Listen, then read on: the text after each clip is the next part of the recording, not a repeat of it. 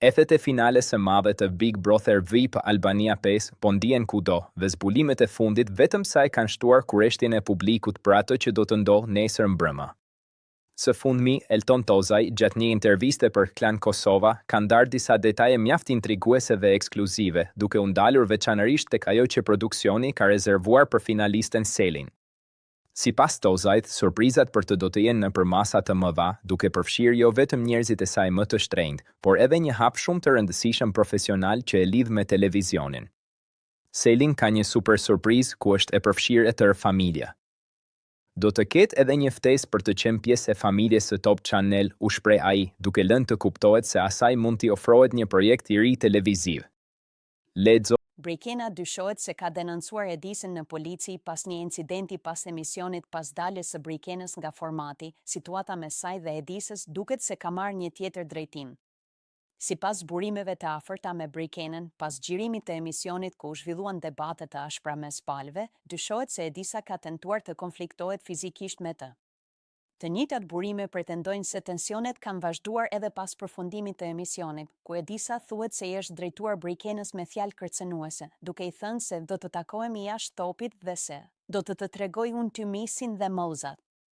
Mësohet se Brejkena e ka denoncuar rastin në polici, ndërsa pritet që organet kompetente të verifikojnë rrethanat dhe të zbardhin të plot ngjarjen.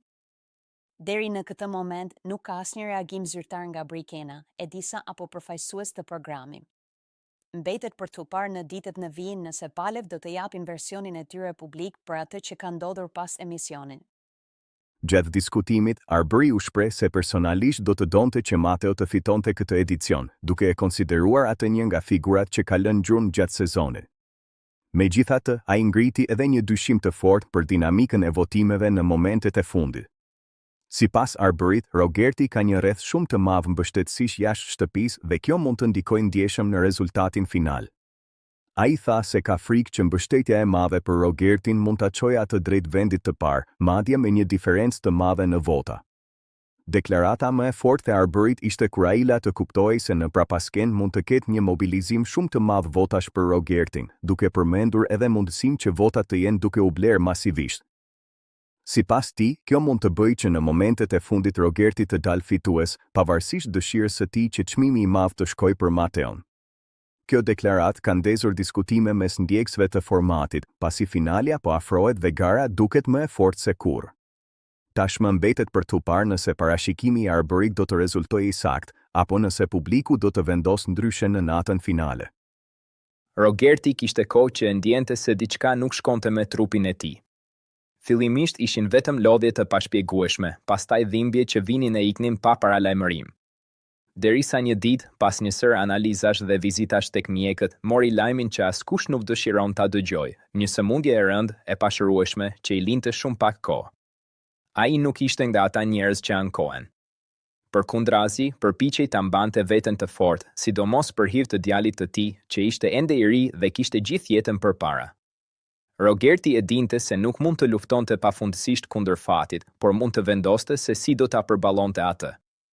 Një ditë, ndërsa dilte nga një ndërtesë ku sapo kishte përfunduar një takim pune, një gazetare ju afrua.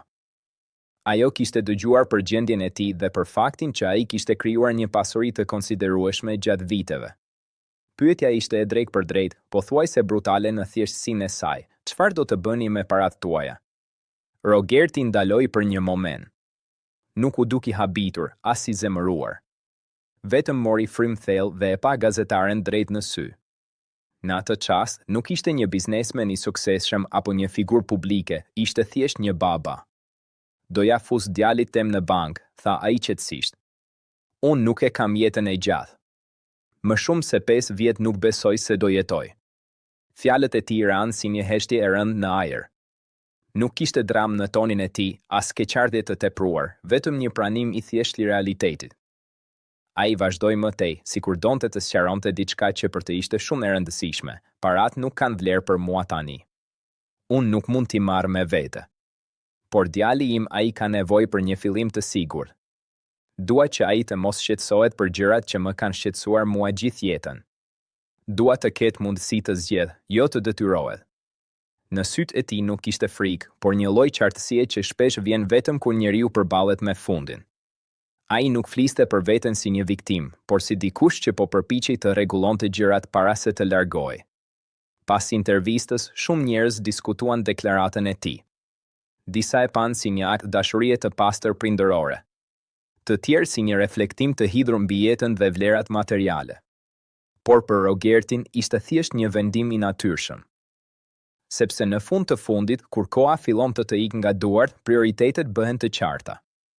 Nuk janë më pasuritë, fama apo arritjet ato që kanë rëndësi, por njerëzit që lë pas dhe mënyra si mund t'ua lehtësosh rrugën.